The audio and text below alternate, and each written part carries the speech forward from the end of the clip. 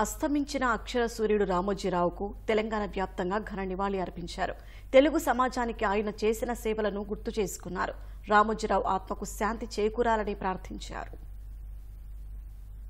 వరంగల్ జిల్లా వర్ధన్నపేటలో జర్నలిస్టుల సంఘం ఆధ్వర్యంలో రామోజీరావుకు కొవ్వొత్తులతో నివాళి అర్పించారు. ఖమ్మం జిల్లా సత్తుపల్లిలో ఎమ్మెల్యే మట్టా రాగమయి రామోజీరావు చిత్రపటానికి పూలమాలలు వేసి అంజలి ఘటించారు. కరీంనగర్ జిల్లా హుజూరాబాద్ లో ప్రజా సంఘాల నేతలు నివాళి అర్పించారు.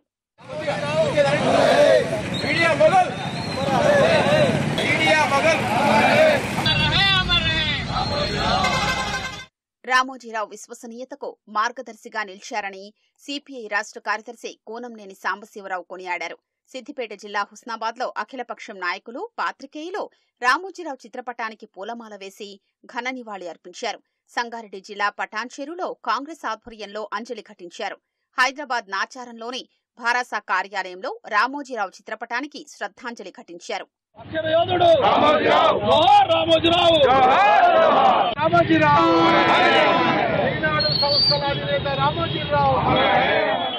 నిజామాబాద్ జిల్లా జర్నలిస్టుల సంఘం అక్షర సూర్యుడికి అశ్రునివాళి అర్పించింది.